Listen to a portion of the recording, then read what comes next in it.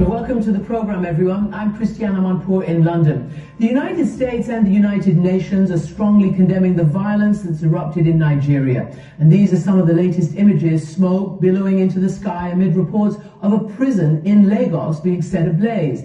It comes after security forces opened fire at a peaceful demonstration against police brutality on Tuesday.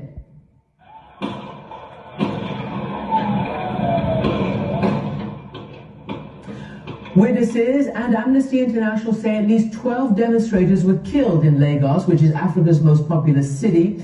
And across the country, Amnesty says a total of 38 have been killed on Tuesday alone. But the Lagos state governor denies there were any deaths. This brutality in one of Africa's biggest cities comes amid a global uprising for justice and equal rights. And powerful voices from Joe Biden to Beyonce have joined in denouncing this violence.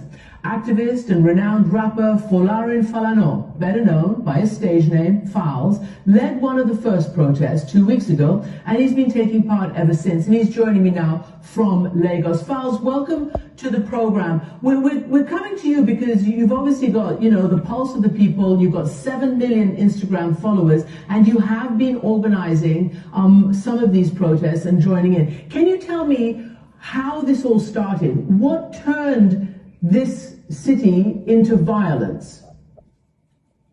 Wow, it's really crazy for everyone out here. It's a horrible time.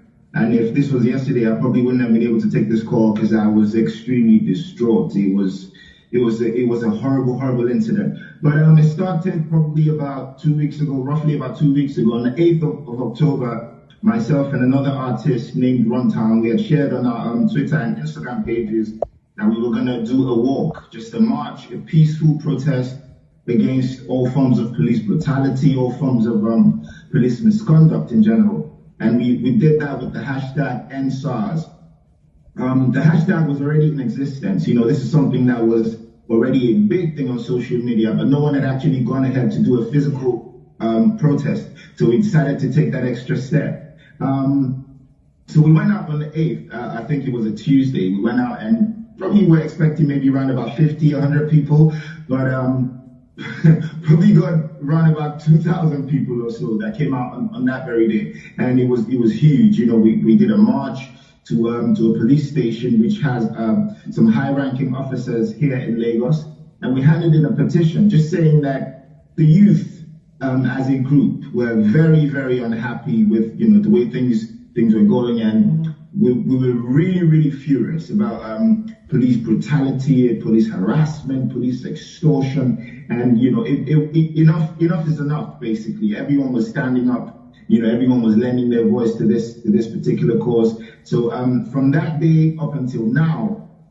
back to back, it's been a different state in the country, because there's 36 states in total. Right. But apart from that very one on that day, we didn't even have to call for people to come out in other states. Everyone just trooped out, on their own. It's been crazy. It's been really crazy. Falz? Yeah. Let me just interrupt you a bit, because I just want to ask you so that our viewers are clear. #EndSARS is the hashtag, and it's the movement. SARS, for everybody to understand, is a special police unit, right? It's the special anti-robbery squad. What is it about them? And apparently they're not in uniform, they're plain clothes, and for years you have been protesting against them. What is it that you're actually protesting? What do they do? It's all forms of violence. It's all forms of brutality, and the offenses that they're supposed to be protecting us against is pretty much the offenses they end up committing. The SARS stands for State Anti-Robbery Squad, but they're committing the armed robbery, because we hear about numerous cases where they stop young people just because you look fresh, just because you look young and you look like you're making a lot of money. They'll stop you, they'll harass you, they'll go through your phone, and sometimes they search for messages from your bank, for example, so they can see your bank account balance. And when they do that, they drive you to an ATM, get you to withdraw money, and before they let you go, if they can't get money off you, they lock you up. We hear about several cases where they've locked people up and those people disappeared because they were eventually killed. So it's really crazy. If you're not as lucky when you encounter them, they could shoot you on the spot. It's all forms of violence. They beat people up. They torture people. They murder.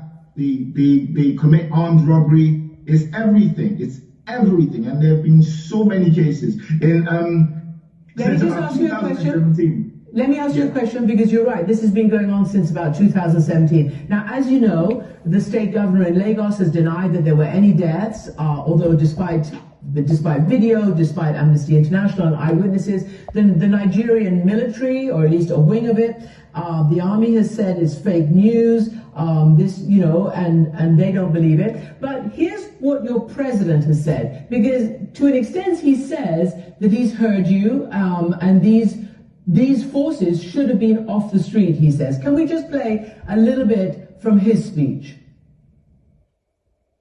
The disbanding of SARS is only the first step in our commitment to extensive police reform in order to ensure that the primary duty of the police and other law enforcement agencies remains the protection of lives.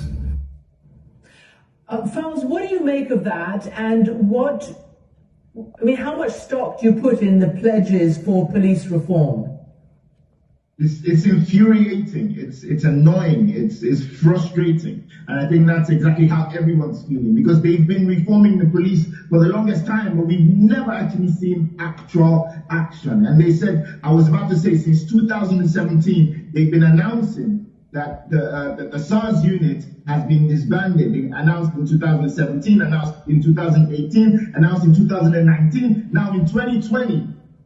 After we started these protests, they announced again, and in the same breath, announced that they were replacing that unit with a new unit called the Special Weapons and Tactics Unit. And it's just, they just think we're stupid, because you're literally just renaming this unit and expecting us to say, oh yeah, wow, that's great. Can I ask you something? It's insensitive.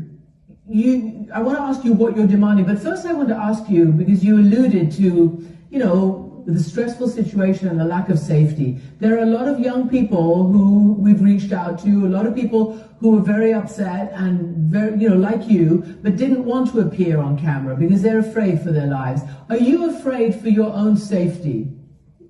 I'm not afraid for my life. I'm not afraid for my life, because where we are right now, I feel like I could easily die by anything else anyway.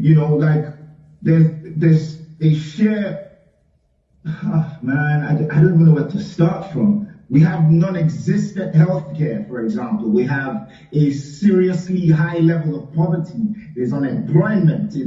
We're in a critical state because of how much corruption and just mismanagement of funds that we continue to see on a daily basis. So if I don't come out to sort of complain about the state of things, I could sit down and I could have an accident on my way to work or something, and I could die as a result of that, because the state of the healthcare is nothing to write home about. We don't even have proper hospitals. Our hospitals aren't well equipped. People have to travel abroad to get proper healthcare, and every Nigerian, and we keep on saying this, every single Nigerian is one sickness away from passing away. So what kind of life am I living anyway? Like, why should I be afraid of dying? I'm gonna die anyway, so what's the point? Falz, let me ask you, because some of the things you're saying resonate quite strongly with what's happening in the United States, certainly the racial uprising for justice, and obviously the need for equal health care and the like. And it's playing very heavily into the presidential election right now.